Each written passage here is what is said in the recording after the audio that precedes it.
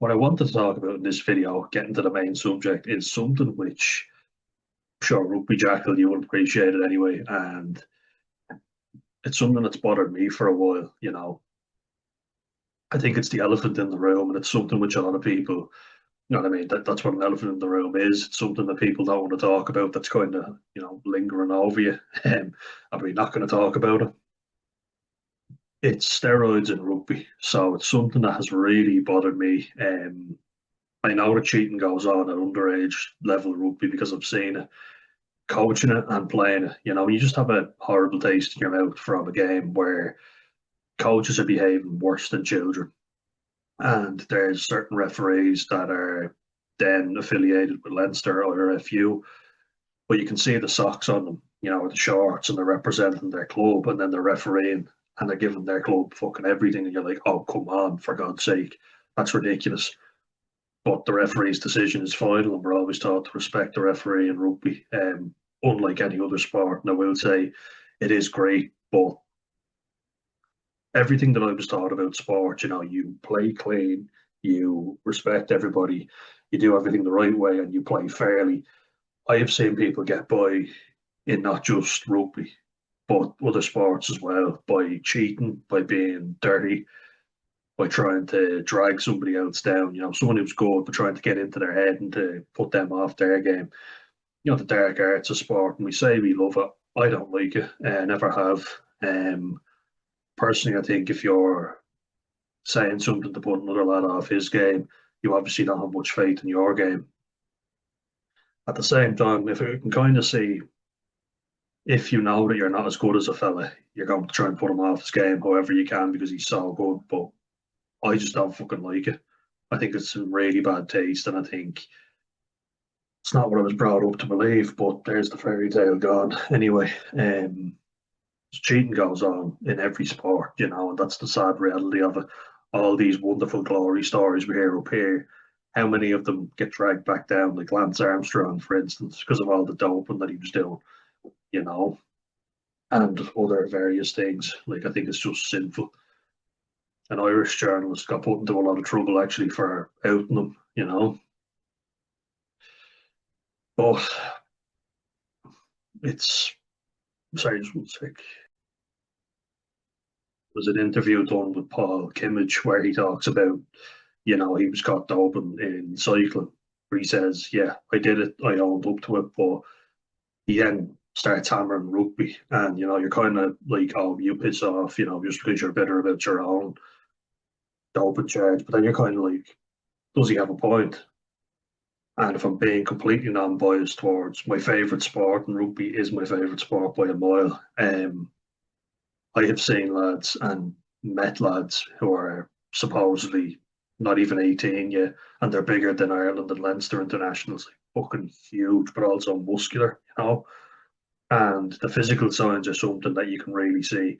Like, I've heard lots of people say that if you go into a gym and someone looks like they're on steroids, they probably are, because there's plenty of people who take them that don't look like they're on them. So I'll just show you this article anyway, and I'm going to just share it with you. Let me get it up.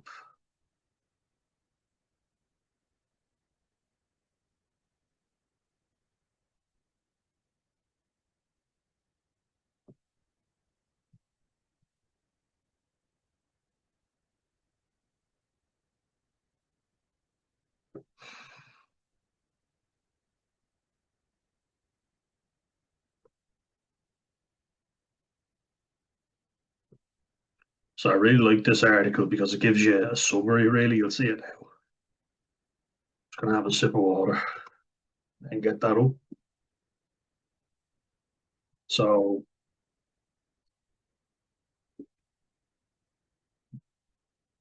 gotta stay hydrated. What I like about this is that it has a lot of different categories.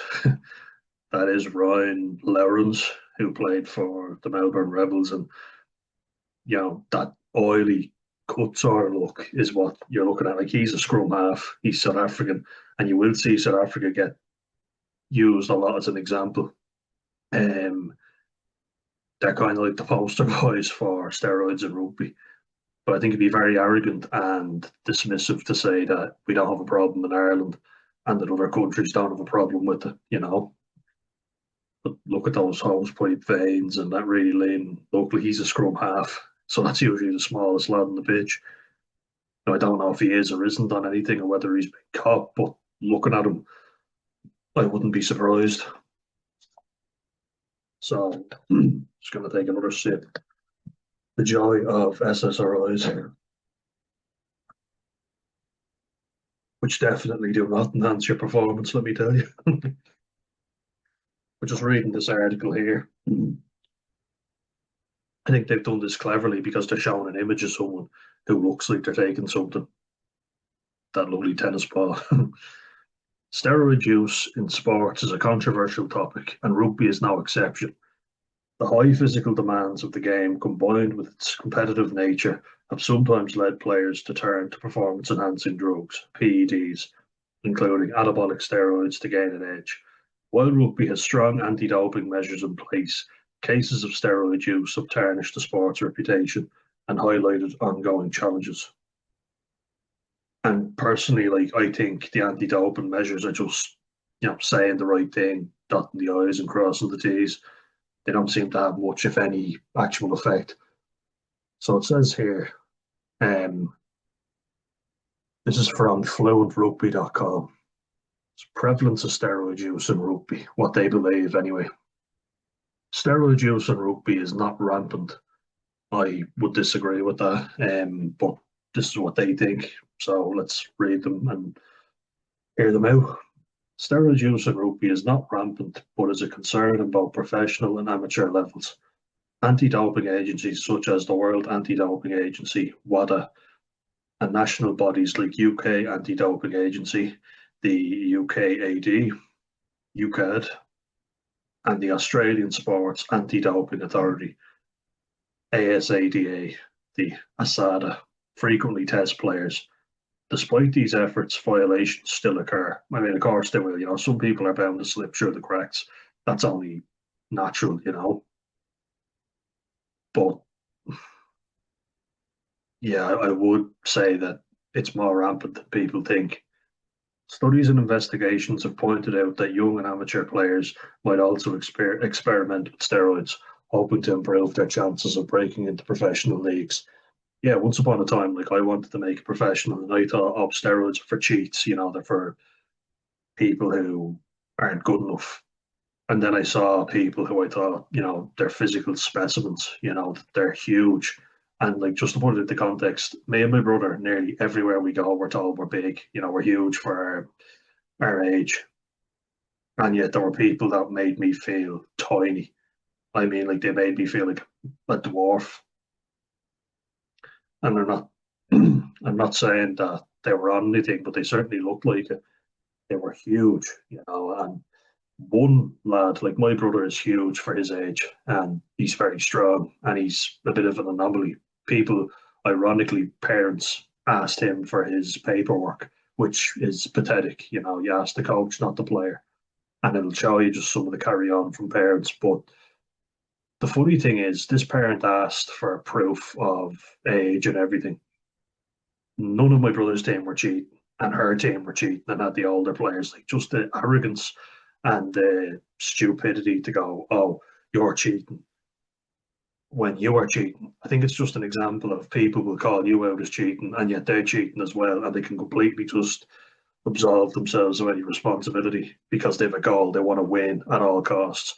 And at all costs means at all costs. It doesn't just mean, I eat right and I take a protein powder. I'll fucking pump myself full of testosterone, nandrolone, whatever anabolics you want to use to get strong. So I do disagree with this, but this is just my opinion. And, I'm not a doping agency, so I do think that they're way behind where they need to be. And I'm going to just look at this. Why would you take steroids and play rugby? I think this is a very good section, So let's look at it. There's 4 reasons that they mention here. So what's the advantage it's going to give you, playing a sport like rugby? Strength and power. Rugby requires players to perform intense physical tasks like scrummaging, which destroys your neck and all your muscles and joints. It's very hard on your muscles and your joints because you're 8 men, 8 huge heavy men smashing into each other and trying to drive the other one back. That alone is very intense. I haven't only played second row and played front row twice. So you're doing that week in, week out, and you're being paid to do it. You know, I'd certainly want something to pick me up, wouldn't you? So rugby requires players to perform intense physical tasks like scrummaging, tackling, and carrying the ball through contact. Steroids help build muscle mass and increase strength, giving players a physical advantage. Exactly. Like you're not just running into people. It's combining. You have to run, you have to perform physical tasks, you have to smash into each other, and you've got to do it for a period of time. So I think one of the best sports to compare rugby to is NFL, American football. Um, they are just not prepared for the level of intensity that rugby players have. Now, credit where it's due. People who play American football, NFL, are supreme athletes. I'm not saying they're not, but you literally have one team that attacks, and you have one team that defends. You play rugby, you've got to do all that, and you've got to smash into each other. It's insane. Like you've got to do so much all together.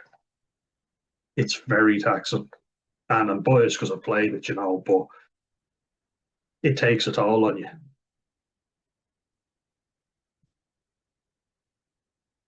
Like Fozzie, the guy that I coach with, former Samoan international, he is in bits now. He's a lovely fella, great guy. I'm not slagging him off or anything. I love him. He's like a brother to me.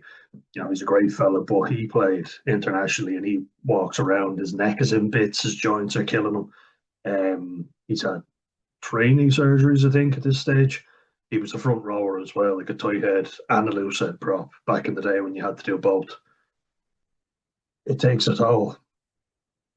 Um, and if you want to keep going and perform at the top level, you've got to definitely be doing all you can to maximize performance.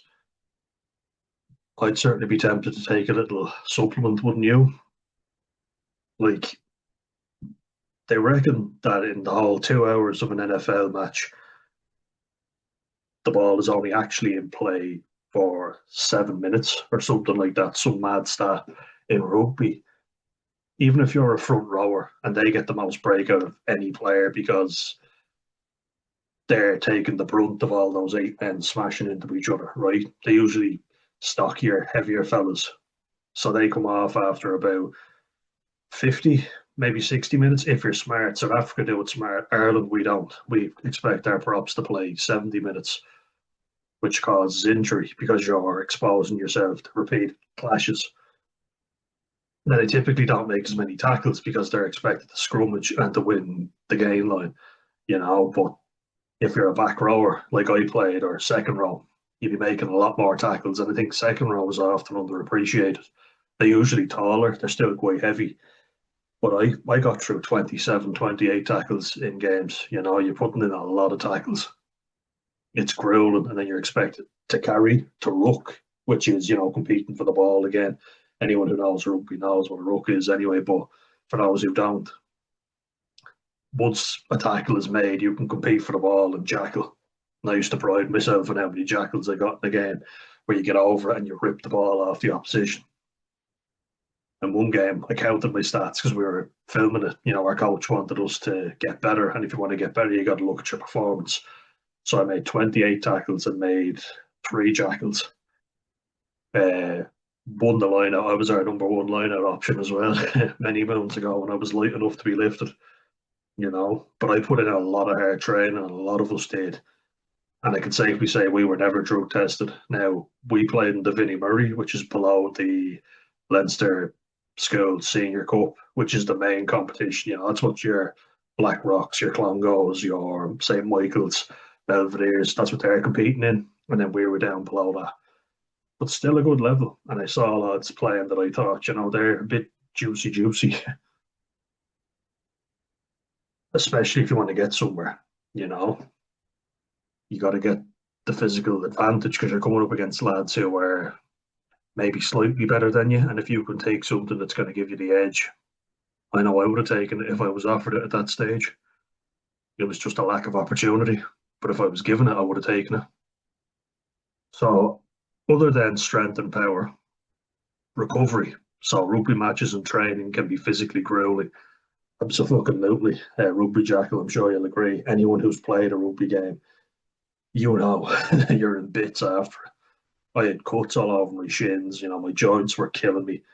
I went for a sea swim and still, my body was in bits. So they are very grueling indeed. Steroids are known to enhance recovery by reducing muscle damage and inflammation, allowing players to train harder and more frequently. Yeah, so it's not just anabolic, you've got corticosteroids as well, cortisone being one, which is an anti-inflammatory. My own mother takes it, which can help with recovery. And there was a big debate about that. I think Dan Carter and Joe Rockatoko were examples in New Zealand, but James Cronin, loosehead prop from Munster, got into trouble because it was listed as a banned substance and it came up in his urine sample, which is there are cases where players have been caught using an anti-inflammatory steroid. Anabolic steroids are certainly going to provide you with a hell of a lot more playing ability than anti-inflammatories. So recovery is obviously a big thing. I've sometimes played games where I was still in bits after the previous week. UFC fighters, for example, only fight what 2, 3 times a year, if even. Rugby players play week in, week out. It's very tough. And in some training sessions that you might have, it's grueling. And if you want to get to the next level, even more grueling. I remember before, and I spoke about it, but I would do 9 a.m. till 4 p.m. in college. Straight after college, I would go up to the rugby club that I played at, and I would go to the gym to get some extra sessions in. So you'd usually, I'd get there at about 5, be in the gym for about 6, do about an hour and a half, and then 7:30 we're out on the pitch, getting my extra bits in, and doing core work, doing the workout program that I was doing. And we sometimes wouldn't get home till 10 p.m., even later. It's exhausting.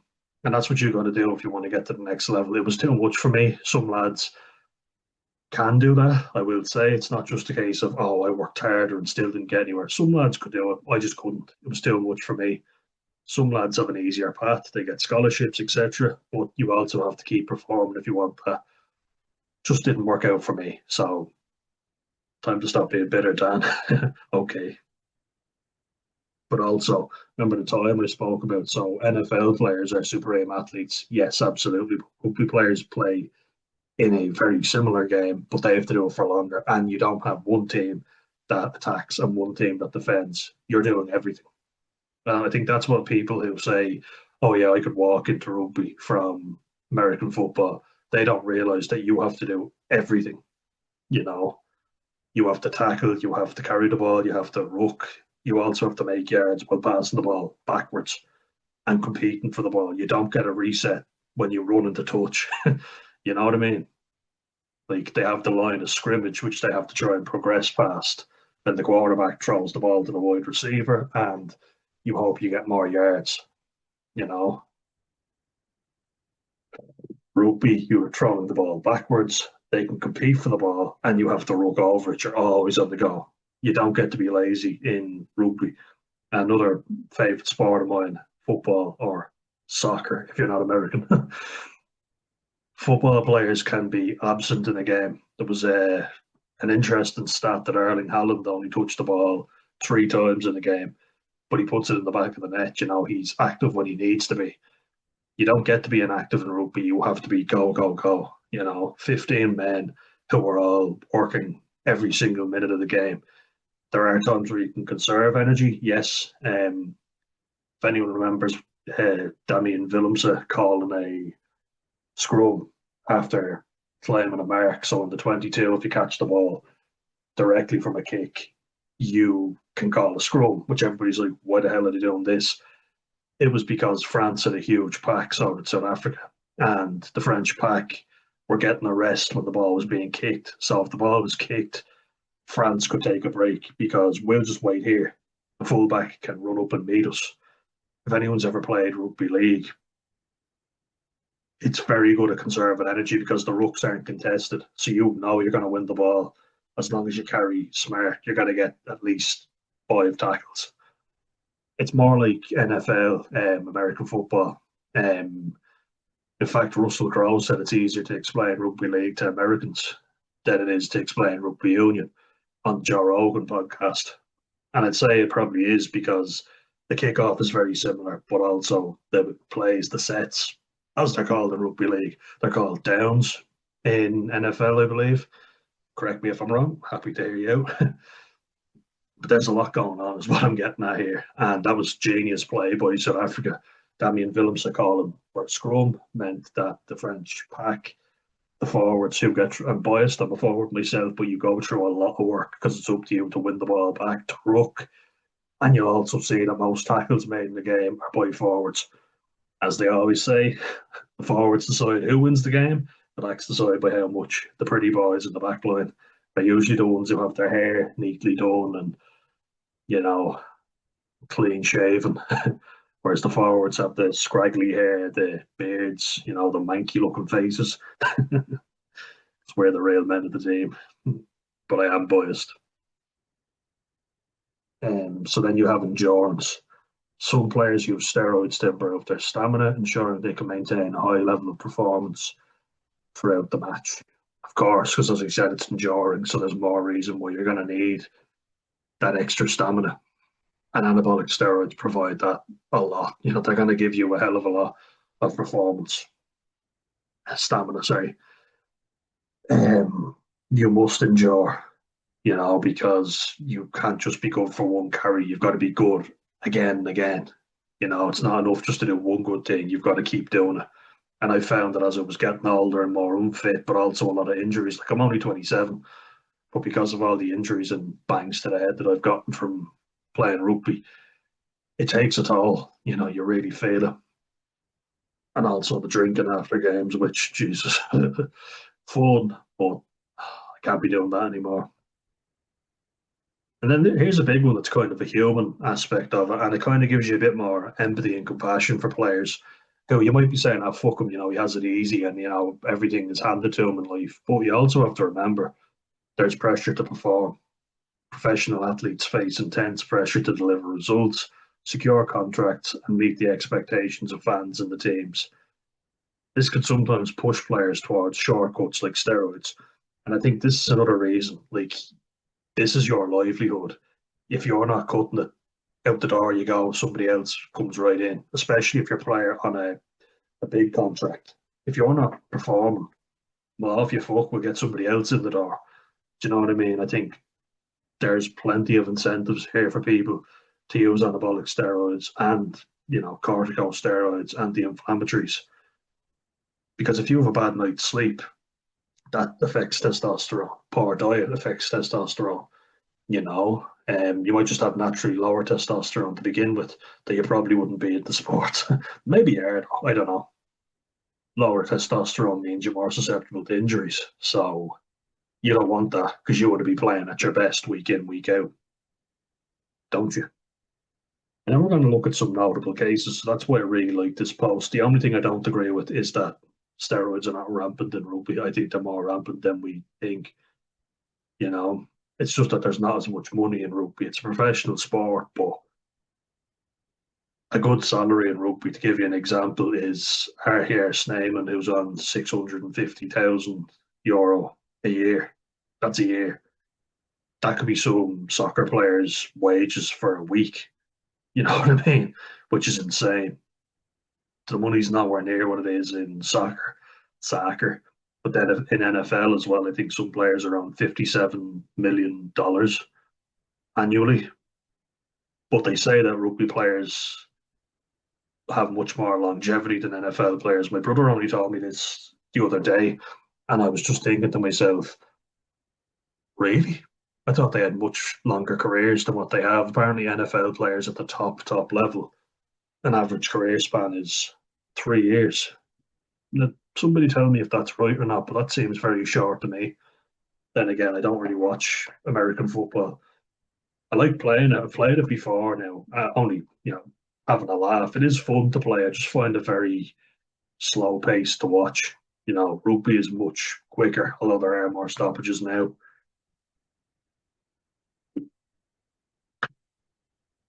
Teams try and get a rest when they can, especially the bigger, more physical teams. You'll see South Africa do things like catch the ball in the 22 and call a scrum because they want to give their big forwards a bit of a breather, but also they want to tire out the French forwards. That's the thing. You have to have good backs as well who can use the ball wisely and stop your forwards needing to always be working. Because we do a lot, we get through an awful lot, and we do it for you backs. We do it so you guys can look pretty. So let's look at notable cases of rugby players using steroids. It's an interesting one, all right. So this one, I think everybody will remember. Apiwi Dianti, South Africa. The 2018 World Rugby Breakthrough Player of the Year received a 4-year ban in 2019 after testing positive for anabolic steroids. Dianti claimed he unknowingly ingested the substances, but his ban highlighted the rigorous testing protocols in rugby. I'm actually going to say he was used as a scapegoat, because South Africa are a nation that are well known for their juicy players, And I'm going to save that for later in the video, but you'll see why.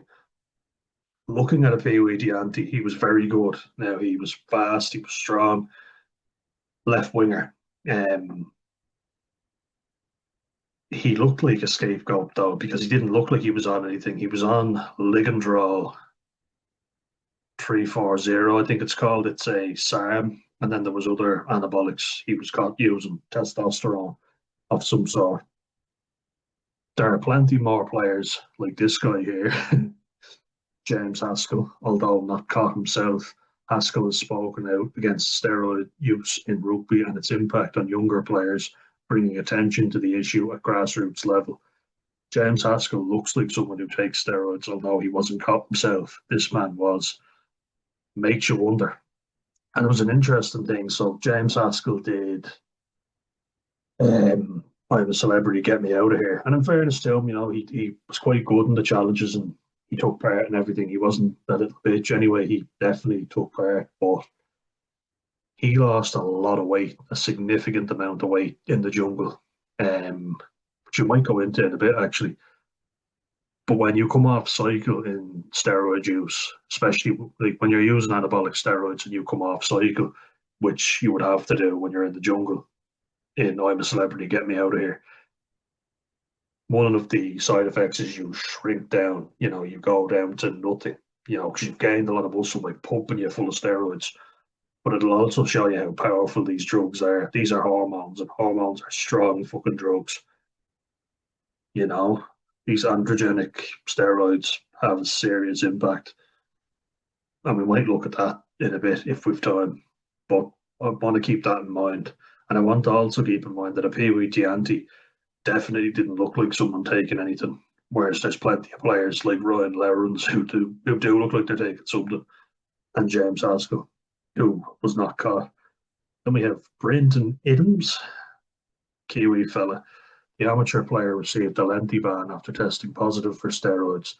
His case underscored that doping is not limited to professional tiers of rugby. Exactly, because you want to get somewhere. I've got to be better than this guy. I've got to keep up in the game, But then this guy who is better than me sees me taking steroids and he thinks, well, I'm better than him. I'll take them and then I'll be even better than him. Do you know what I mean? So yeah, it is an interesting point that it's not just professional level. Guys who want to get there too, or maybe you just want to do it because you're arrogant and you want to win things. Some people were saying that rugby senior cups, so like Blackrock College or Belvedere College, St Michael's College or Clongowes Wood College, they all are very big schools for rugby in not just Leinster but Ireland. But for some guys, like they're going to be a doctor or a lawyer when they leave uh, secondary school and college. They only care about the glory of senior cup rugby, which I never thought about before, but it's not all the aim of getting somewhere professionally. But seems to be enough of a goal that they will dope. Keegan Hurst, I think he's a rugby league player, the first gay rugby league player. Really good interview by him, actually. He plays hooker in rugby league, or rake, as it's also called. The professional player served a ban for failing a drug test, sparking debates about whether steroid use is more widespread than statistics suggest. I would say yes, absolutely. He's quite well built, he's in good shape. So certainly looks like he could be. Just because I like him doesn't mean that he's not doping. So then we look at types of steroids associated with rugby. The following anabolic steroids are often associated with enhanced physical performance and muscle development. However, it is critical to note their non-medical use is illegal, banned in sports, and poses a serious health risk. So I really like this again because they're showing us common substances and why they might be used. So here we have testosterone, which is obviously a naturally occurring male hormone. Exogenous steroids would be, or exogenous testosterone would be outside of the body, made in a lab that's pumped into you. Endogenous is within us. We already have it. And some people have naturally higher testosterone just because of genetics. But this is what this male hormone does. Women have it as well, but not in as high amounts as men.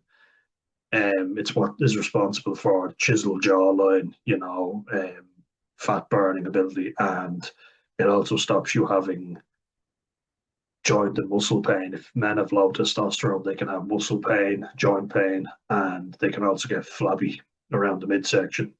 They also are less motivated. Testosterone is associated with higher levels of motivation, physical performance, endurance, and recovery. So testosterone, as they rightly say, is produced naturally in the body. Synthetic testosterone increases muscle mass and recovery rates. So remember what I said earlier, if you have a bad night's sleep or a poor diet, your testosterone will naturally go down. But you can negate all that because you have amounts that you are injecting yourself with, which is just going to completely negate the fact that you're not sleeping properly, because you're putting the testosterone into you.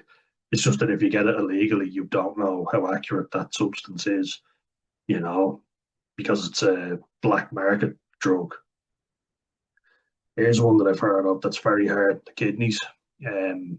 Can cause kidney failure, but it's also meant to be very good. And I've actually, ironically, I've played with lads who've openly admitted to me while snorting cocaine that they have used trenbolone. And these lads are not, anyway significant in rugby. Some of them played semi-professional, but their party lifestyle got the better of them.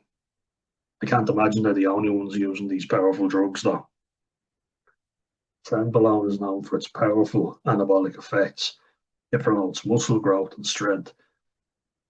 And when people say live fast and die young, this drug is definitely it's that in a steroid form, because I've heard everyone say it is a brilliant drug for gaining lean muscle and burning fat.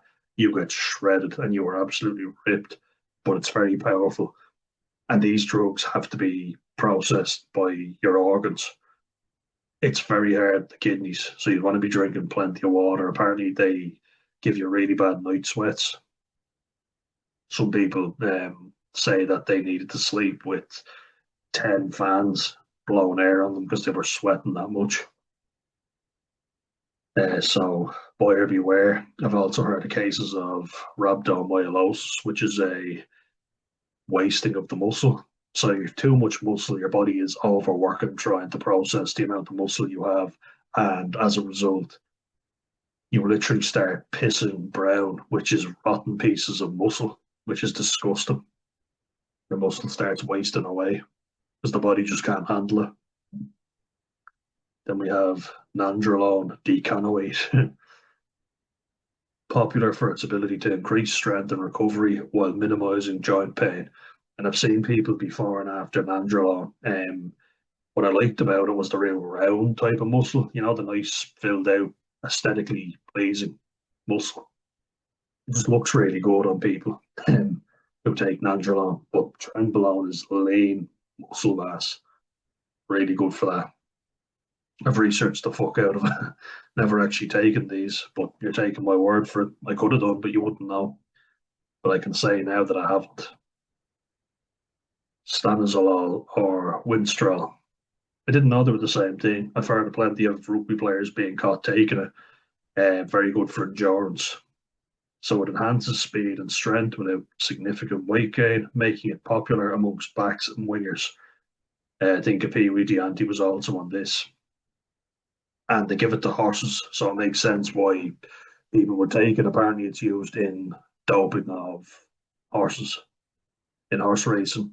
So it's going to make them faster. Imagine what it'll do for us. Also makes you wonder why people would take ketamine, horse tranquilizer. If it's enough to put them down, it's enough to fucking put us down and more.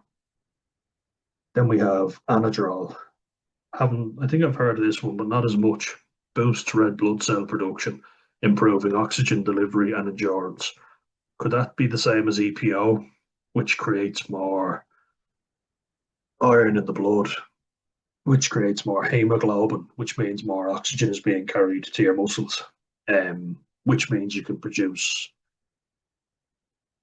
you can get a better output. Cyclists use EPO. It's what Lance Armstrong was using because it means that if you've got more iron in your blood, you've got more hemoglobin, meaning that you can produce more red blood cells.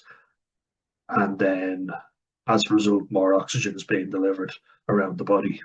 So your performance improves. But it can also cause thick blood because there's too much iron in your blood.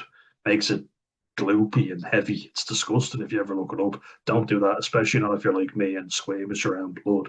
I don't know why the fuck I looked it up. And I got a rude awakening when I did.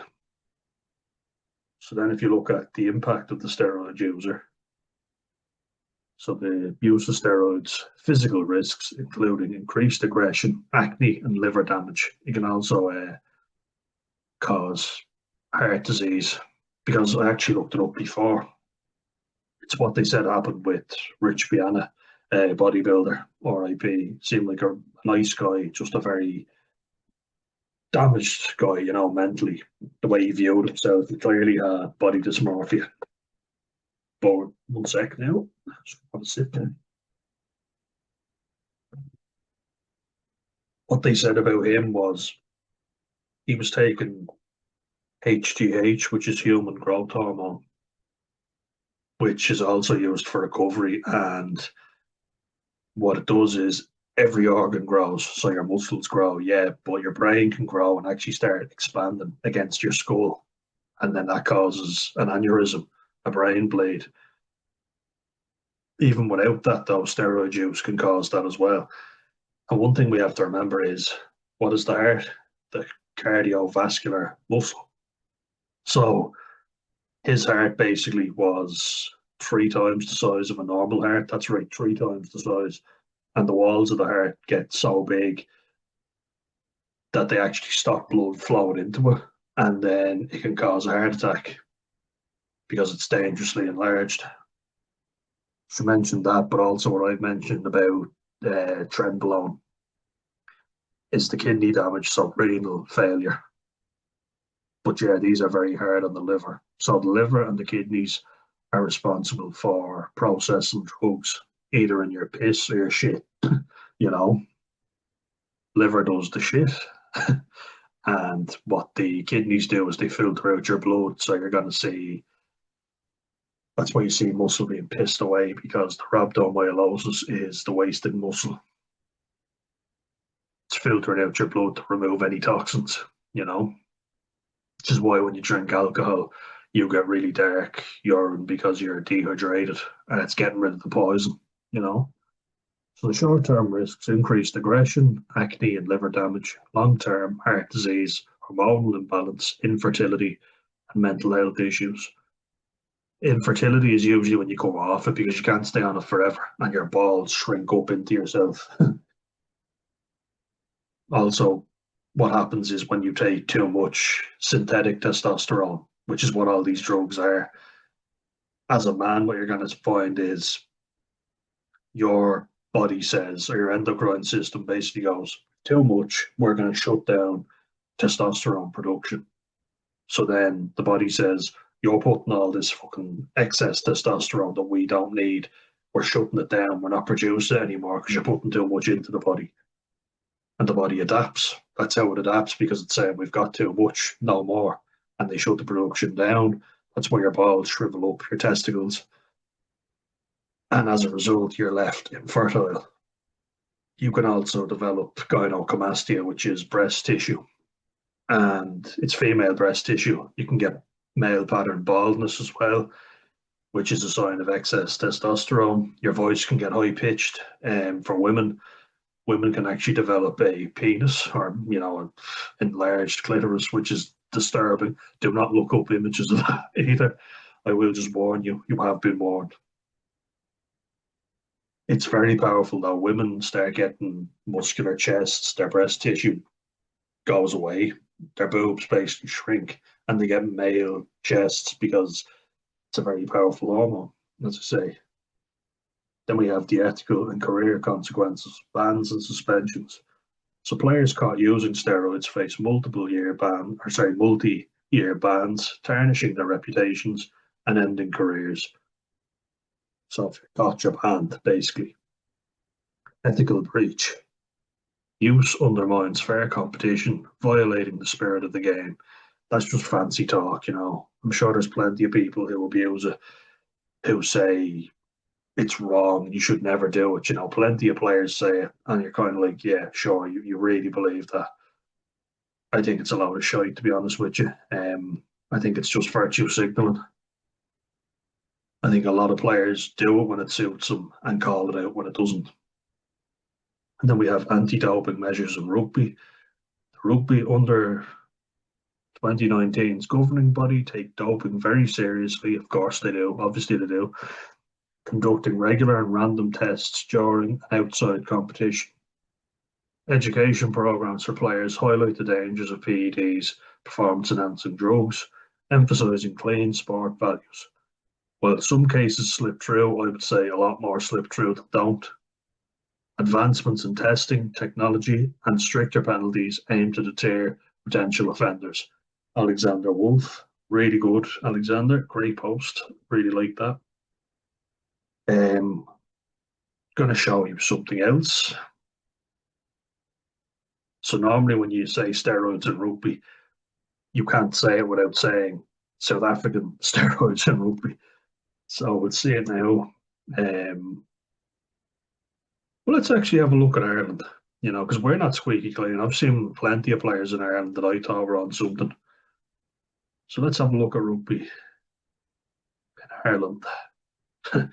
You see, South Africa comes up quite a bit, and there's a Pee-wee Dianti. Eben Etzebeth, another player who looks very juicy. He looks deflated in games. Some games he looks like he's not up for it as much, and he looks deflated. And then other games he looks like he's well up for it. Motivation and testosterone go hand in hand. So let's look at it here. So these are two South African players. I looked up Ireland, but we'd rather blame other people. But this lad, Gerbrand Probeler, big second row that played for the Stormers, Sharks, and Gloucester. He was also at Munster, but they got rid of him because he was banned for doping. And Elton Jantes, or Yankees. I think they pronounced that as Yankees. A fly half. He was banned for taking. What was it now?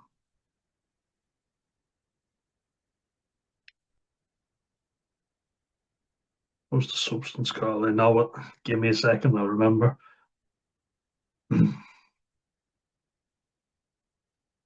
It's a cutting drug anyway. Not Winstrol. I might find it here. but he's a fly half and he doesn't look like he's taking anything at all. There's plenty of players in South Africa that look like they're taking something and have not been caught, and I would question the validity of that.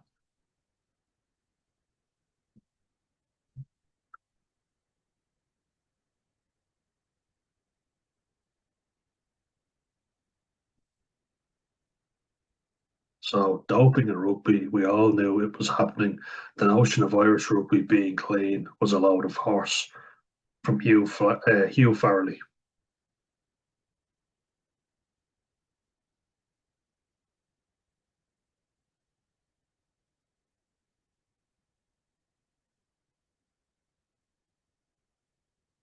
It's an anti-asthma drug that Elton Yankees was taking. Um, oh, it's going to annoy me this one now. Um, Not Ligandrol. Oh, I'll have to look that up now if I can't remember it. So what Hugh says is we all knew it was going on, but nothing was done to stop it. Club rugby in the 90s was the only show in town, either side of the Five Nations, and stakes were high. Couple of good games for the clubs and lads could be in touching distance of a national team constantly looking for options in a grim decade.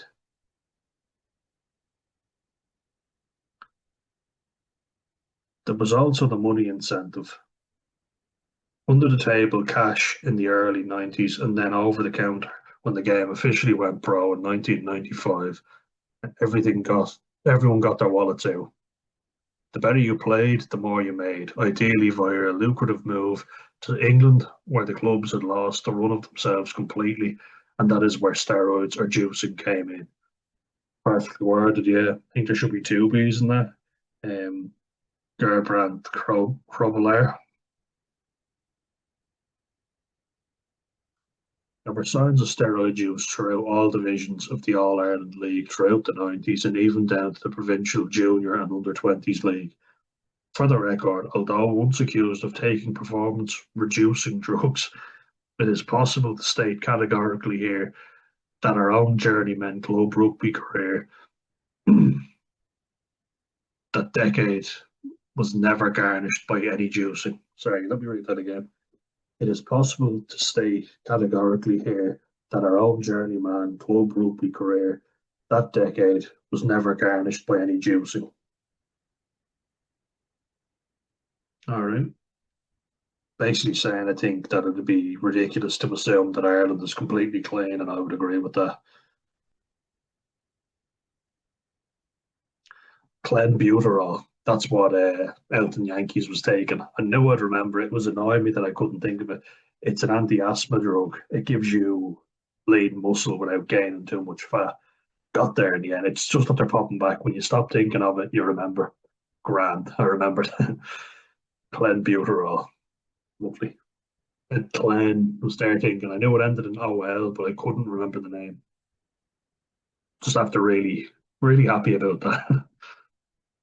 The furthest step taken was copious cups of pre-match coffee and a can of Red Bull at half-time, hidden in a baby's sippy cup because of uncertainty as to its legality due to tiredness after late-night newspaper shifts on a Friday. Hugh Farrelly certainly has the right idea.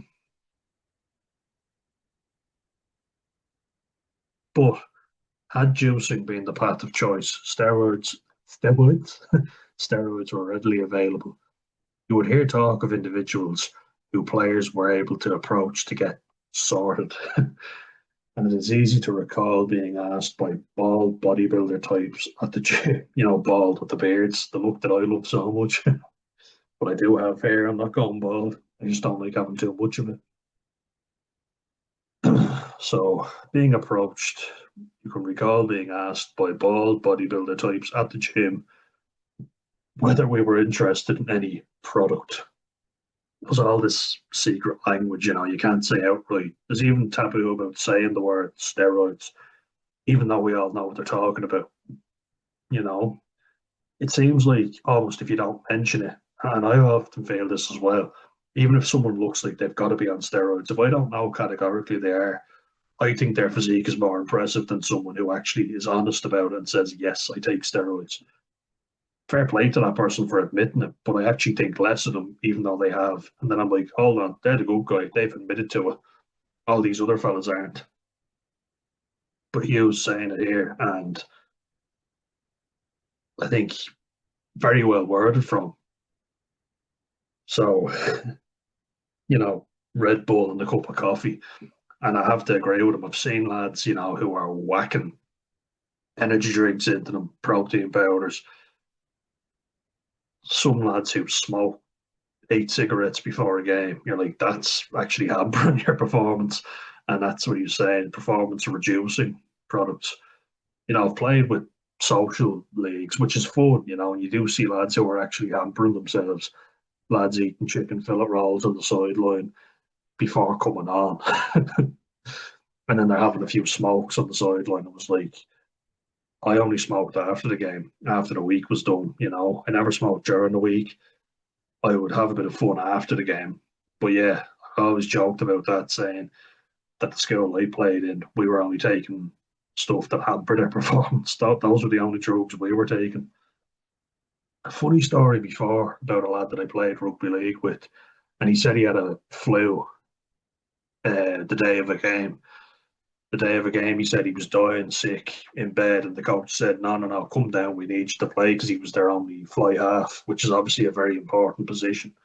It's like the quarterback in NFL. It's the player who dictates play and passes the ball, and the Dan Carter, the Johnny Wilkinson, or the Ron O'Gara of the team, the Tom Brady, basically.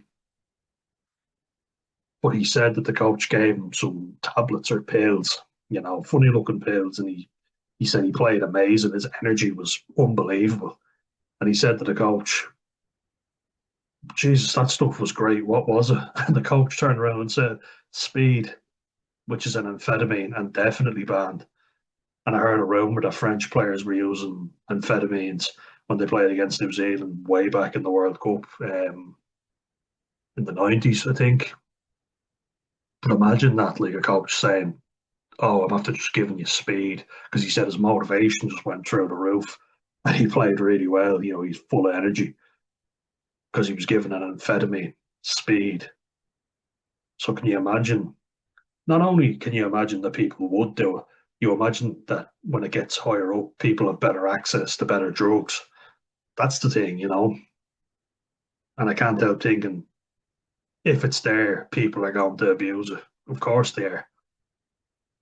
So what Hugh goes on to say is the giveaway signs of steroid use in the AIL were accelerated hair loss, male pattern baldness, exaggerated muscle growth either side of the neck. Yeah, so you'll notice the trap area, the trapezoids, androgenic androgenic steroids, so anabolic androgenic steroids will act upon the androgen receptors. You've got a lot in your trapezoids. You cannot really grow them in the gym. It's very hard to do, but because there are lots of androgenic receptors around here, people who abuse steroids will notice a lot of this. I'll show you what I mean by that. You'll see it in most professional bodybuilders. Dwayne The Rock Johnson has huge traps, but of course he's clean as well, isn't he? Not accusing anybody. But yeah, this is something I know was playing rugby as well, where you have lads that have receding hairlines and are supposed to be only, 17 or 18. Maybe one lad who's got higher levels of testosterone. Usually, actually, it was fat guys, fat, ugly fellas who had it. But the giveaway signs of steroid use in the AIL were accelerated hair loss, exaggerated muscle growth, like guys who just look unbelievably ripped. They're heavy, but they're full, as well. They're really filled out, but it's all muscle. You'd be very dubious of that. Around either side of the neck, the trapezoids. Boils sprouting up on the upper back or shoulders. Yeah, really bad acne. I've seen people with acne, all like backne, I call it. Really bad around there. I had bad acne as a teenager, but I didn't have all the other benefits. I had a scraggly beard, not the beautiful beard that I have now. But I would have been considered looking older for my age, just naturally. I always had high levels of belly fat that I had to really control. So did my brother. We always were chubbier. Being ripped is more a sign of being high in testosterone. We always had belly fat. If we didn't train, we were going to gain fat. Fat. Fat. And then irrational acts of unwarranted aggression or roid rage, as it's also known. Yeah. So, you see a player who's really up for it. He's dragging people by the jersey and he's shoving people on the ground. Very big sign, irrational aggression, which is also what South Africa are known for. Shoving someone's head into the ground and just being really obnoxious because you think you're so much better than someone. That comes from having elevated levels of testosterone. Because you feel like a god, you feel great, but you feel so much better than everybody else. There's Elton Yankees there. So yeah, you see I think the T and the J is like a K sound. Ruan Norkia. Yeah, the other name. He doesn't look like he's on anything. FYI, if he came out and was told that he was taking stuff, I'd be like, here now. Surely Ebenezia is the one taking anything if anybody is. So Elton Yankees, the fly half, signs autographs. Yeah. Ireland's rugby dressing rooms and clubhouses were awash with rumours and speculation, and several names kept cropping up. Some of them very high profile at the time. Top of the most likely list were the lads who had an extended period off the pitch due to injury and came back with completely different body shapes. Yeah, so look at lads who are always injured, you know. Anyone who goes off and they're injured all the time, especially players who vanish for large periods, then come back fucking ripped. There's actually a lad that I played with before in rugby league, funny enough, but a lot of them played union, and he said that players who were injured could not be drug tested because it was for injury purposes they were being given these substances. So it's very interesting. You legally couldn't be drug tested when you were injured. Makes sense why a lot of players miraculously come back from injury. Sia Khaleesi, the captain for South Africa, his recovery from injury, he wasn't expected to make the World Cup at all. And he makes a miraculous recovery that seemed too good to be true. And it probably fucking was. Evan Etzebeth always seems to get injured as well. I wonder why. You never see him playing for the Sharks, the club that he's legally contracted to, but he always seems to come back for the Springboks. Peter Steph Dutoy. But let's not blame it all on the South Africans. Keane Healy, definitely like the size of him, but the leanness of him. And yet he always seemed to get injured.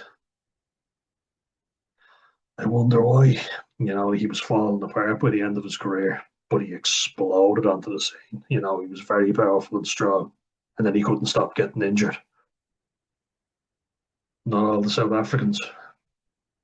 But anyway, Hugh Farrelly goes on to say, you would hear stories about overseas players in the AIL who admitted to juicing when tongues were loosened by post-match gargle.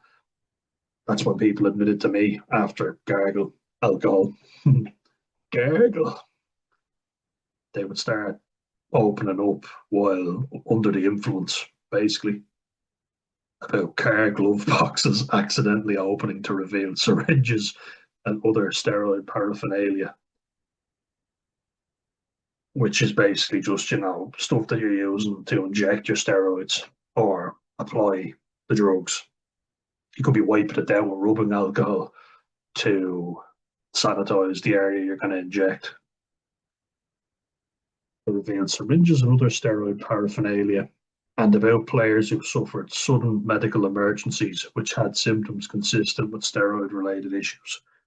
Basically, what we mentioned already, like a heart attack or kidney or liver failure or infertility. But it was all hush hush. Of course, it was. Everything was on the QT and down low, and it never went anywhere. Testing at the time was intermittent to the point of being non existent. So there we go, the rigorous testing that takes place. I don't think so. And in 10 years of exposure to All Ireland League, the AIL, between divisions 1 and 2, it is possible to recall only one post-match request for a urine sample. So he was admitting this himself. Although there were plenty of reasons to be suspicious, there seemed to be no sense of urgency, no organised investigation or clampdown, no high-profile example made, and so the false narrative of Irish rugby players being clean was allowed to cement itself in the collective psyche, which we knew was a load of horse. Absolutely agree. You know, you can blame other countries and say, oh, it only happens in South Africa. But in Ireland, it seems to be non existent. And I want to show you something very interesting, which will explain a lot about the school system. One step ahead. A few years ago, renowned campaigning journalist Paul Kimmage, who we talked about earlier, trained his sights on doping in rugby with the input of former French prop Laurent Benezek, who's done great work. And Laurent Benezek, I looked him up, he was renowned for being a tough physical player. Very tough. And in France, you know, French players are tough to begin with. He said he felt scared and threatened by the size of some of the French players. They were just so much bigger than him. So if he says it, you know, a very respected former player, I think it's got to have more substance to it. A lot of what they said made complete sense, as rugby, driven by the need for bulk, raw power, and rapid recovery, is tailor made for steroid use. Exactly. And if it's tailor made, you can guarantee people are going to be doing it. The problem was, while the case made was compelling, there was a lack of concrete, high profile evidence to prompt a snowball effect towards genuine change. Keep showing out in Yankees as if he's the only one doing it. He certainly doesn't look like he was doing it. I'd ask for my money back. There was some heat put on South Africa, where there were regular cases of failed tests in underage rugby, which is why they're well known for it, as well as several junior players being caught out. The most notable was second row Gerbrand Krobler, who was banned for 2 years for testing positive for the anabolic steroid dostronolone, but was then allowed to sign for Munster. A decision which did not reflect well on Irish rugby's attitude towards doping in sport. I remember it caused lots of controversy, but Munster only got rid of him because of the negative press, not because of the fact that he was a doper, you know, because he hardly ever played. But they didn't seem to care about the fact that he was caught doping. As they say, it's only because it's negative press, not because it's morally wrong. And it didn't reflect well on Irish rugby's attitude. So, while doping did get some exposure in this country, it did not kick on in any meaningful way, and other topics like the legal use of painkillers, and in particular, the disturbing cases of concussion-related brain damage, dominated instead. The relative lack of guilty cases allowed rugby authorities to remain steadfast in their belief that their anti-doping procedures and policies were holding up, basically saying, because we haven't got anybody, that means we're doing it right, which couldn't be anything further from the truth, because if you don't test, you're not going to find anybody. But you could argue that if you don't find anybody, our testing is obviously good enough, you know, which I don't think it is. I've never personally been asked to do a drug test, so I can only imagine that if anybody else playing in the Vinnie Murray Cup, if we weren't asked, you can probably guarantee they weren't either, or very few people were. However, the fear constantly festered that, as has happened in other sports, the cheats were always a step ahead of the testers. And there's not as much funding for drug testing in rugby as there would be in the Olympics. So you can always stay one step ahead of the testers, and that rugby could end up like the Olympics, where you simply cannot trust what you are watching, or who, I would say. Significant news. In those circumstances, disincentive is key, i.e., incentivizing players not to take drugs, which is good, but how do you do it? Well, let's have a look at what Hugh says. The risk of exposure has to be great for players, has to be too great for players to even contemplate cheating. So basically, if they do it, they're going to be caught. They have to know that to be caught doping is to be potentially put out of the game. In this regard, last Thursday's news about the 4 year ban handed down to Springbok Elton Yankees for taking the banned drug glenbuterol. There we go, I got it right. A fat burning favourite of bodybuilders. It was hugely significant. Yeah, it's basically love because you keep your lean muscle, but don't put on fat. Okay, let's see if there's any. Oh no, okay, we'll read the rest of it then. I like it so far, so I'm going to keep reading.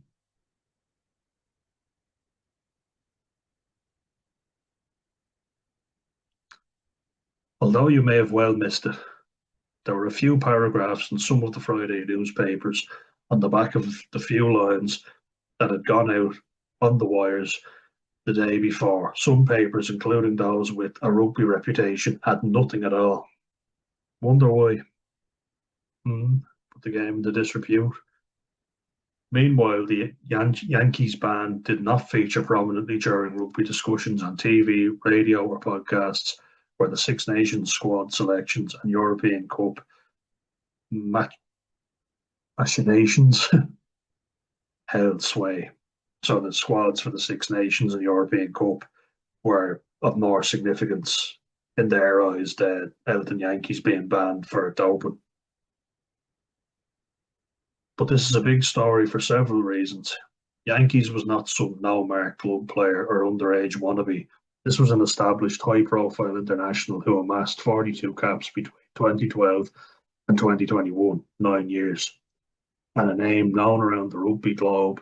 He played 4 times against Ireland between 2016 and 2017 and featured against the Lions in 2021. So a big name player, and you can't argue with it or you can't sweep it under the rug if a big name player gets caught. Another Springbok, Pee-wee Dianti, received a similar ban a few years ago, but he was a young, relatively unknown winger. Yankees is a box office. Furthermore, the length of the ban was notable. 4 years is pretty bad. In a profession where players could do well to go beyond 10 years, a 4 year suspension is potentially a career ender, especially with the competition for places in South Africa. If you're out for that long, you're basically gone, because when you come back, you're older. And that's what they're saying here. Yankees is 33, and his rugby playing days are almost certainly over. But even if he was in his early or mid 20s, 4 years out is hard to come back from. Yeah, very much so. It is also hugely encouraging to see South Africa dole out this punishment because they are a huge rugby nation with a reputation for looseness in this area, to put it mildly, aka they're well known for their doping practices. So pause for thought. So, is there a doping culture in rugby? We do not have enough evidence to say that categorically, but doping does exist. We do not have enough evidence to say that categorically that doping is a culture in rugby. But doping does exist, just as it did in the past and will into the future, as long as there is sufficient incentive to bend the rules, which there most certainly is, in my opinion. But now, at last, there is genuine reason to believe that the Yankees ban and the length of it may give cheaters and potential cheaters some pause for thought. That can only be a good thing. Hmm. Yeah, okay. I would agree with most of what he said. Both very good articles there.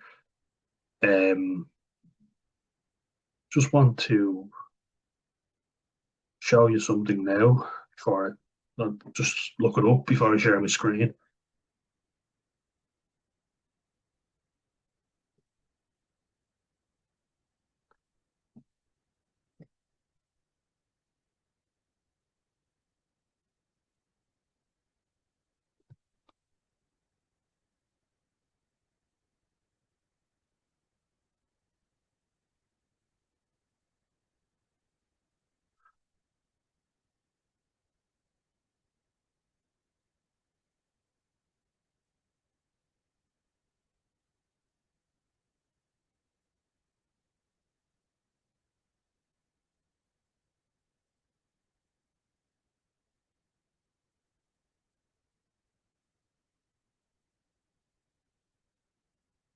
I'll just find it for you here.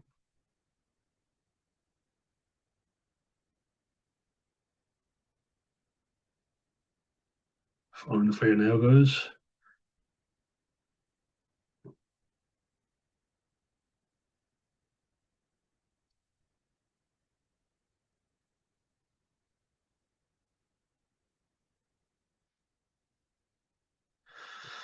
Bear with me.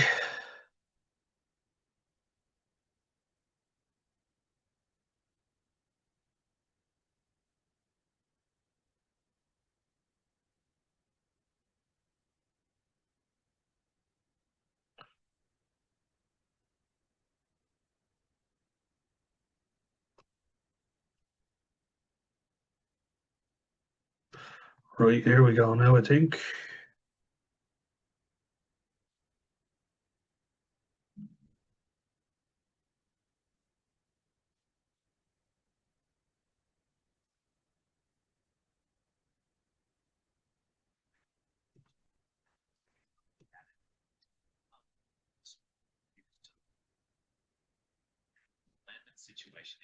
So we're going to look at a few players who were banned and for different reasons. This is a good YouTube video. I really like it. This is just players who were banned, and shout out to this channel. I just want to show you the channel because I really like it. Scrum Smarts down there.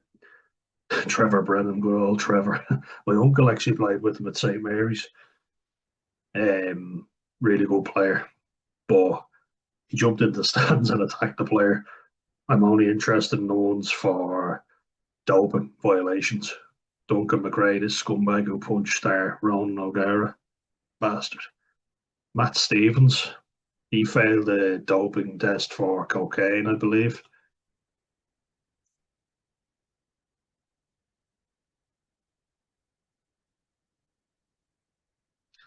Yeah, cocaine, so that wouldn't be a performance enhancer, that'd be recreational. Wendell Saylor, one of the best dual code rugby players, this man here. He played rugby league and rugby union very well for Australia and represented Queensland, the Maroons. They don't say Maroons, they go Maroons. But he was caught taking cocaine. So again, we're not interested in that. This man, on the other hand, Chili Boy Rolapelli, basically is the poster boy for doping in rugby. I'll show you now. Actually, I think it's been 4 times he's been banned.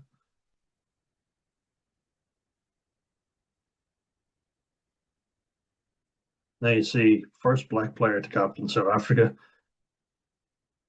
That's a real fairy tale story, and then this just completely ruins that whole thing. So you've got your fairy tale story only for it to be destroyed by the fact that he was caught doping several times.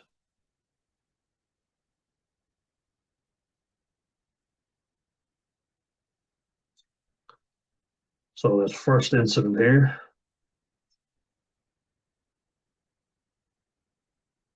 remember that one, Trust Standalone, we were talking about that. So this was the first one, the first time, and this was in France playing for Toulouse, Stade Toulousain.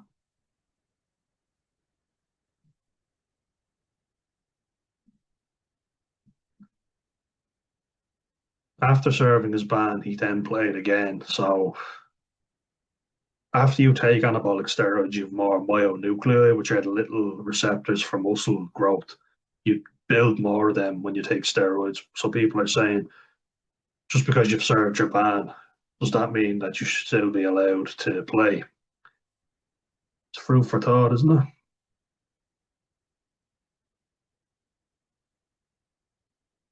So this was in South Africa 2019. He was banned again.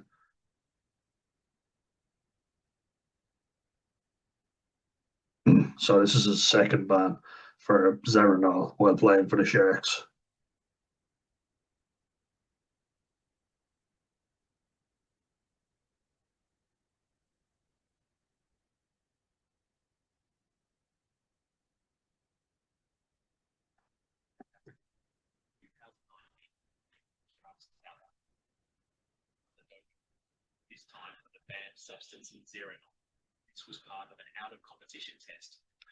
So this was an out of competition test. So he wasn't actually playing at this time, I think, and they caught him with something. And South African Institute of Drug Free Sport. Obviously, I'd say they got kind of suspicious of him, and they were like, "Let's test him again." Yeah, suspended for 8 years after being found with Serenol. And he's just saying here, this is one of the longest bans ever given to a South African player. He denied knowledge of any wrongdoing and maintained his innocence.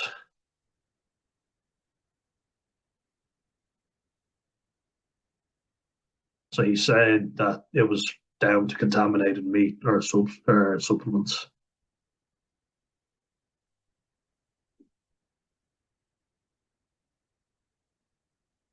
Second ban ended his career, the maximum penalty that you can give to any player.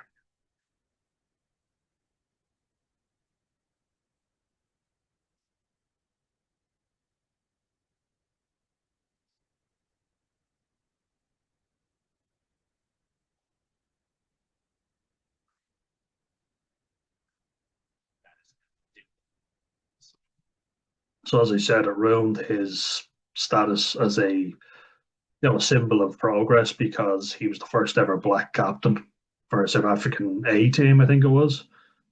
Only says two bans here, but he was 33 when he got the 8 year ban, so his days are done as a player, essentially. Elton Yankees, we talked about that.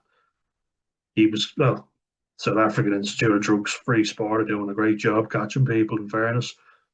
But if they're catching all these people, I just say imagine who they aren't catching. And neither of these players look like they're taking anything. Like Ralapelle, he doesn't look like he's on anything, really. This is him during his playing career. So imagine the guys who look like they're taking something. Contaminated meat, again, he claimed Elton Yankees.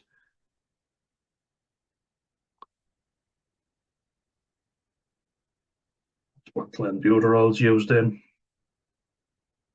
4 year absence, we already touched on that. And this fella, Stephen Heita, played for Romania. Geez, he had every drug under the sun in his system. And I think he played internationally for Romania, but was only a semi professional. It's not high profile, but there was a lot of drugs in the system. And there was also they call it an estrogen blocker. So when you stop taking an anabolic steroid, your estrogen blows up, and it's to stop you gaining gynecomastia or bitch tits, as they call it.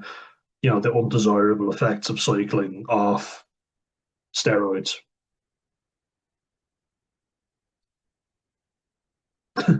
So he really went the whole hog.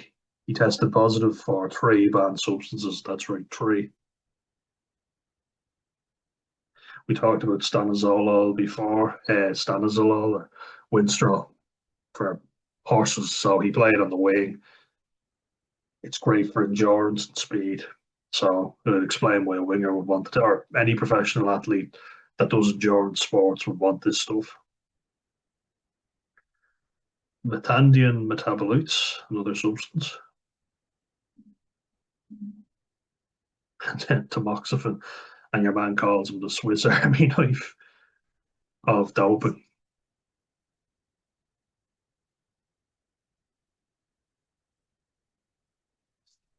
These two are anabolic steroids.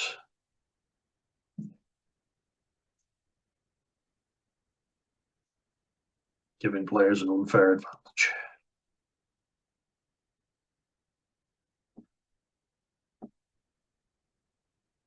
So this is a masking agent, is what he's called it. So it counteracts the side effects from steroid use. Basically, when you come off, you get more estrogen buildup, and this is to counteract it. So you could say, I didn't know about the anabolic steroids in my system, but this was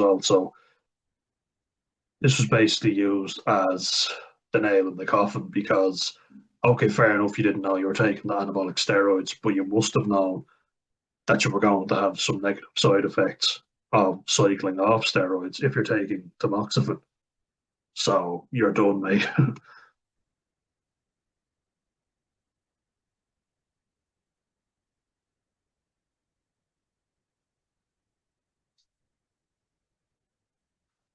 And he doesn't look like he's on anything, does he? Not being bad to the guy, but he doesn't look very impressive considering that he's on all these things. So imagine the guys that are taking stuff, what they look like. He didn't have any appeal.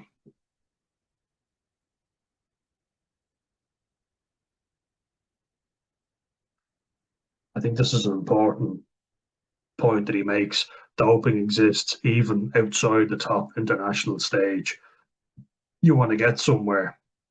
You're playing for Romania, and no disrespect to them, but they wouldn't be one of the top nations, and you're semi pro.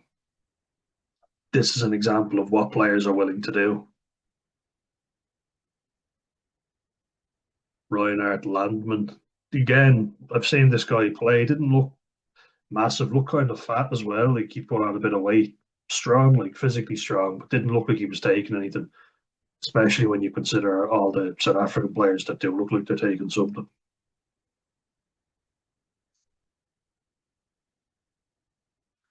Like he played for the Dragons, didn't really, I don't think he had any Springbok caps, you know. You can say, oh yes, South Africa are highlighting people who have played a lot of rugby and are banning them. But a lot of the players that they did ban are has-beens or have never-beens. The players that get banned are the ones that aren't playing at the top level or have played. Like Elton Yankees wasn't in the Springbok squad for a while. Phoebe Gianti now, another story. Maybe it got so bad that they had to admit, or maybe they threw him under the bus and said, if we say that we've got this guy taking steroids, we can go, obviously we do it right because we've got this fella who's just won player of the year and breakthrough South African player, our best new left winger. If we call him out for it, then we'll call anyone out. So this kind of absolves us of any wrongdoing.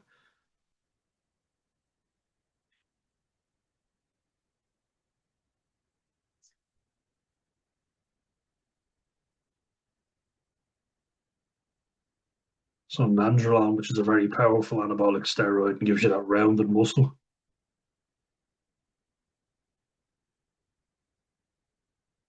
So this was an out of competition test, and I think he's like 35 years old, never played for the Springboks.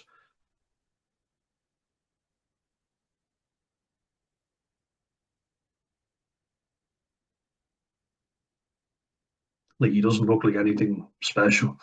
Certainly doesn't look like someone abusing steroids. And Angelon is a very powerful one. It's found naturally in the body, but not in the amounts that he was taking.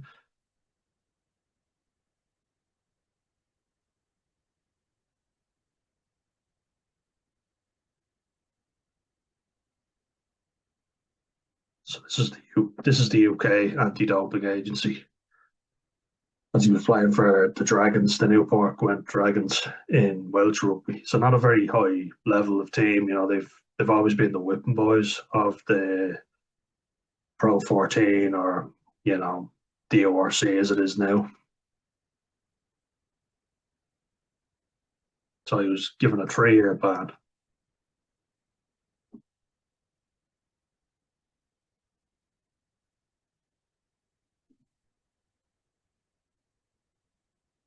Yeah, well into his 30s, and he won't be able to play till 2027. 3 year ban.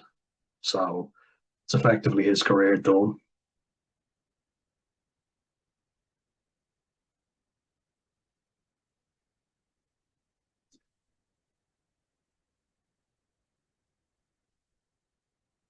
Yeah, he just doesn't look like someone abusing steroids to me. Look at him there again. I could think of several players who look like they are. So we'll just end it on that for this one. And I want to just show you what I mean by that. 1 second now.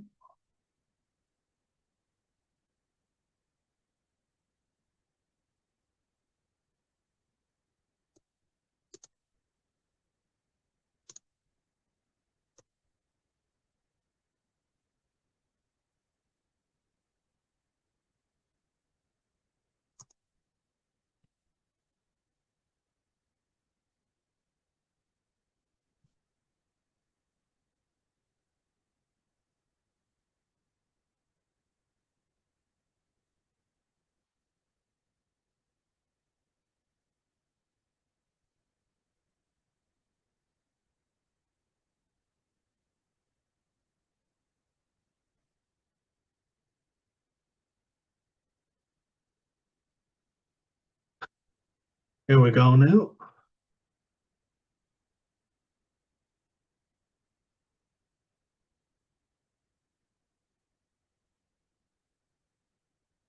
So I remember what I said about players not looking like they were taking anything. Look at this South African rugby team, the Springboks, in the gym together just before the 2023 World Cup. Look at this. And look at how many players are ripped. Like, look at them. Lean muscle, six packs. Like, look at that. Eight packs. Like, that's insane. And everybody was saying that they were doping, like, and that's just incredible. Like, look at that chiseled muscle. That's a scrum half, Colbus Roinick. Their physically diminutive winger, Cheslin Colby. The reason I talk about looking like they're taking steroids is because players who don't look like they're taking anything are getting banned. These players certainly look like they're on something, and this is the only one out of them that's been banned. Elton Yankees, a fly half. This is another scrum half, Herschel Yankees. I don't know if he's any relation. If anyone knows if he's Elton's brother or cousin, let me know. But look at that. The chiseled physiques, not an ounce of excess body fat. That's insane. Like, I will just show you that. And I also want to show you something just to remind us that Ireland are not squeaky clean. And we've talked about that already, but let's have a look again.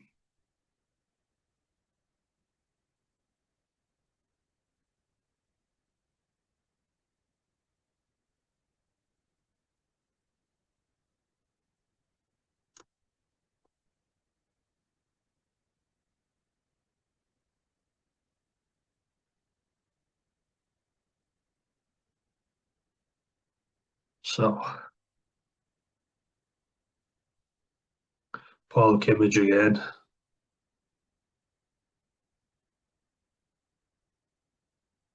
Except, I always want you to pay into these things now. Look at another one now. So let's go over the way now. Okay, we'll find another one. Some of the players I've played against, just saying they look like they were taking something. So here we go. This is one that I was looking for. So pretty damning now if I do say so myself, but Sport Ireland CEO, we have no anti-doping jurisdiction over Irish schools rugby. None whatsoever. The possibility that performance enhancers are being used within schools rugby has been raised in media recently, but without any evidence, and there is currently no way to detect it given that Sport Ireland does not test at this level. So in Ireland, we do not test at this level. That creates a huge incentive for people in schools rugby to to take anabolic steroids because there is no one that tests. The IRFU do not test schools rugby, which is insane, especially when you consider that most of Irish players in the international team are from the private schools who are better resourced at every level. Better resource doesn't just mean coaches and diet plans, it means drugs. And I've spoken to a few of the guys, they know what they're talking about in terms of recovery and substances. The knowledge is definitely there, the access is definitely there. And I'm just going off looks alone, the players look like they're taking stuff. So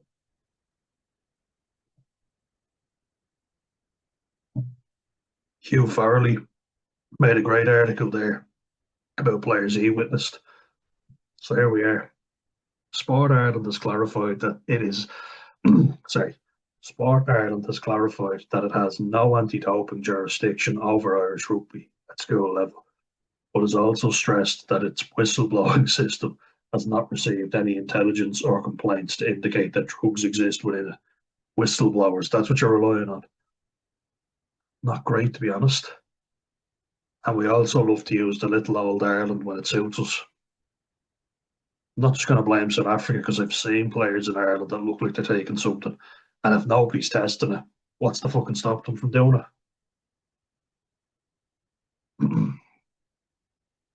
The Possibility that performance enhancers are being used within schools rugby has been raised in media recently, but without any evidence, and there is currently no way to detect it, given that Sport Ireland does not test at this level.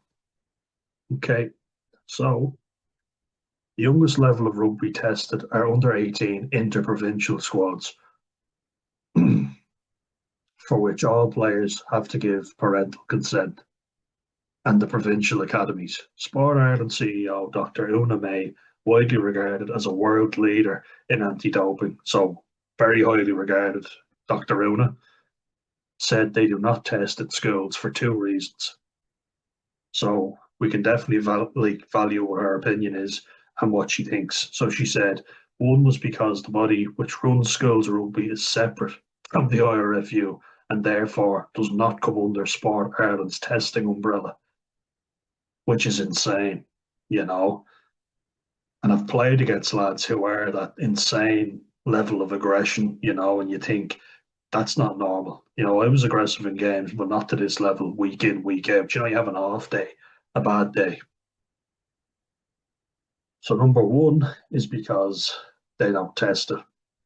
The IRFU and Sport Ireland's drug testing umbrella do not test schools rugby, which is insane, as I say.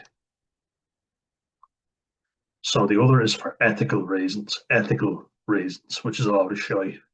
The World Anti-Doping Code recognises that younger athletes are in a situation where they may be coming under pressure from outside forces, which puts them at a higher risk of inadvertent doping, May said.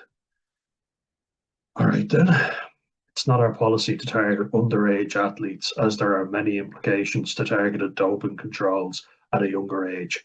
Our priority is to ensure we have deterrence and education at those levels. People are not going to be deterred. I know that at that age, like at 15 and 16, I was devastated when I was told that a coach for me wasn't going to allow me to attend a Leinster trial. It was devastating for me. And then I stopped taking my training as seriously. When I thought I had an opportunity, I would have done anything. I would have doped. If I was given the right supplements, and this is someone like I was not in the know-how at all. I didn't know anyone, um, didn't have any contacts. I was reluctant to even take protein powder, and then I thought creatine was a performance enhancing drug. Just highlighting how naive I was at that level. These guys all know what they're doing. So if they're given the stuff, they're gonna fucking take it. If a rugby coach tells you that it's okay to take something, I know I would have taken whatever he told me to take. You trust your rugby coaches. So I'm not blaming the players 100% when we talk about creatine here. But I'm blaming coaches. There's certainly enough incentive. Rugby coaches in Irish senior schools, like in the top Leinster schools and other, you know, it's not just in Leinster. It's the only one I know by playing personally. The coaches get paid a handsome salary, so they want senior cups. You know, I've heard of some coaches being on as high as 450 grand a year, which increases if you win a senior cup. There's definitely the financial incentive, and the players want it too. So deterrence and education, that's all we're going with.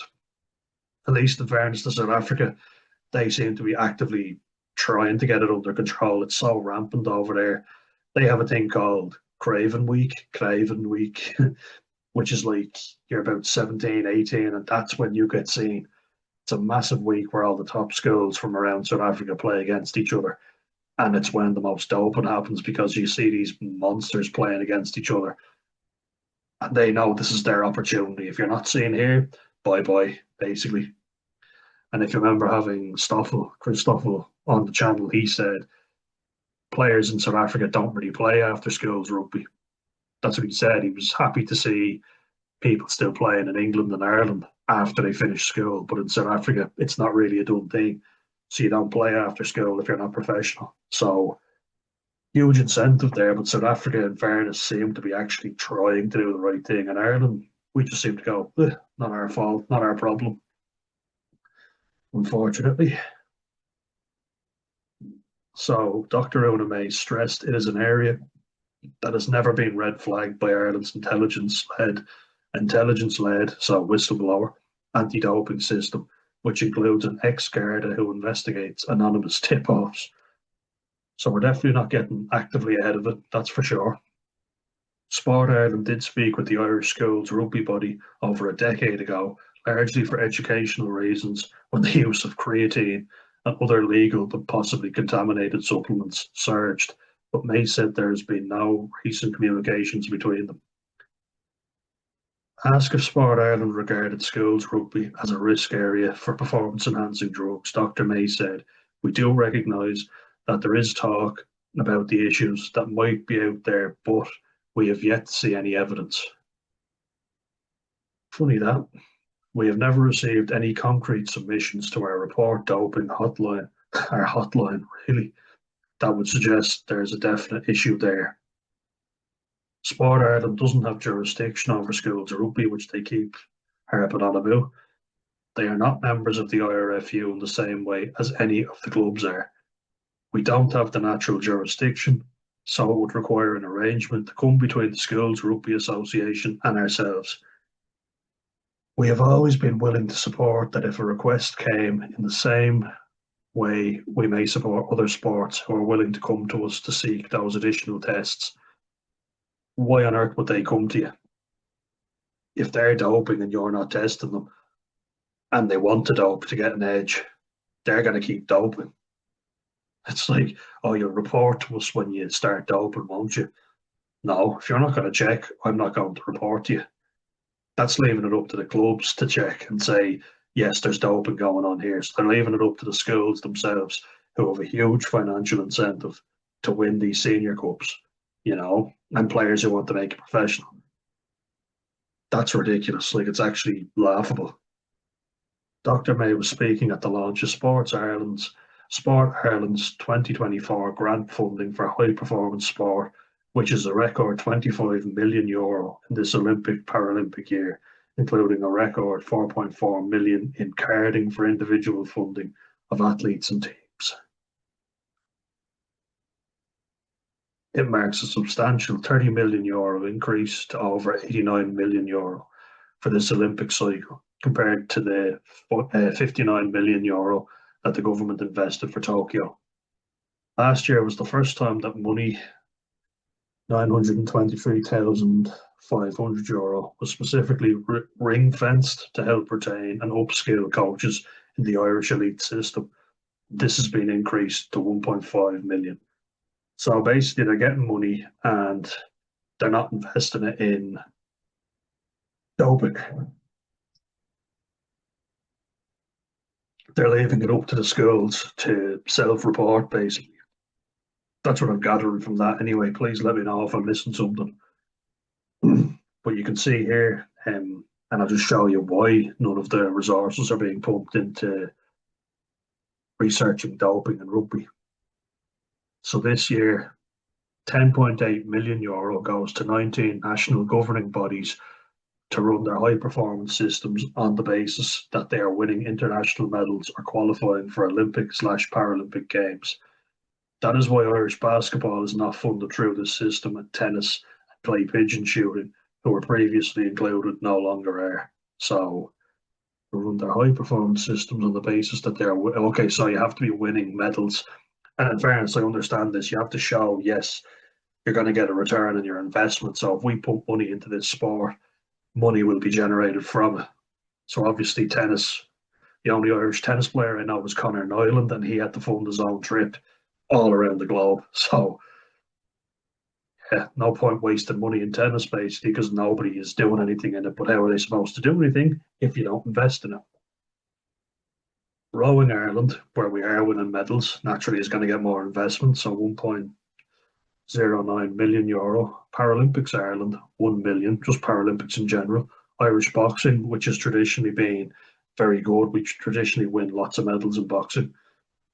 €965,000. Athletics, where we've also done quite well. €841,000. Hockey, the women have done great in hockey, to be fair. €856,000. Sailing, 800,000. And horse sport, where we traditionally do very well also. 803,000. €803,000 were the highest recipients in this scheme in 2024. Right. So you see now if we can find rugby. Basically, what this means is all these sports are getting the investment from the Irish sporting body. Sports Ireland donate the most money, as you can see here, to rowing in the Paralympics. What that basically means is Irish rugby does not receive that much money from the Sports Ireland. So Sports Ireland aren't donating money, or at least enough money. There's not going to be enough money to invest in separate doping. So then you're relying on the schools to, do their own investigations and testing. So the schools are in charge of it. You're relying on them to police it, and whistleblowers. If they're not reporting on it, you're not going to see any testing. You're not going to see any results turn up. So obviously, Irish rugby, the IRFU are not actually testing the school system. They're not going to find anybody doping, which is quite worrying, to be honest, and makes a lot of sense why people would slip through the cracks if there's no testing going on by the Irish Rugby Football Union, which is our official body of Irish rugby. And a lot of players come through the school system. They are making it through the school system to into provincial rugby without being tested in between that. And that's with parents' consent. What if a parent doesn't consent? It's quite worrying, but I think it highlights that Irish rugby looks very dirty in this, looks very bad. At least in South African rugby, they're making an active effort to test and to avoid this sort of thing. South African rugby is like the Russia, Russia in the Olympics is what South Africa is to rugby internationally. I got there eventually. South Africa are seen as these big bad boys who are doping and cheating, but you can guarantee who the people are as well. And if the Irish Rugby Football Union, who are in charge of Irish rugby, are not testing our school system where a lot of our players come from, then there's a huge incentive for players to take drugs and get away with it, because they know the chances of them being caught are zilch. So my voice is gone, guys, so I think I'll end it there. Hope you enjoyed it. It's something I really wanted to touch on because there is every incentive for a rugby player who wants to get somewhere to dope, in my opinion. Better endurance, muscle mass, recovery, and then professional contracts. It's all there. You put something in, you turn a sport professional, and you're just increasing the risk of people taking drugs. Look at boxing, look at cycling, horse racing, where the animals are given drugs, and then humans are taking drugs that the horses are being given. Mad. But as you say, in Ireland especially, if nobody's policing it and you're leaving it up to the schools, we're saying the schools are good and do everything above board, which we know is definitely not fucking true. So I'll leave it up to you. Should we be doing more Rugby Jackal? I'd love to get your thoughts on this. And if you've ever seen players or witnessed players that you think are taking stuff, I've not only witnessed players I thought were taking stuff, I've had guys that I was playing with admit to me that they were taking stuff, as well as recreational drugs. And I also know that you cannot be tested for drugs if you are injured. So, with all that said, guys, I'll leave it on that, and hope you enjoy this. It's been one that I've really wanted to make for a while, so please let me know your thoughts. And let me know if you'd like more rugby content in the new year. I'll be hoping to make more. All right, guys, slán go fóill. See you later.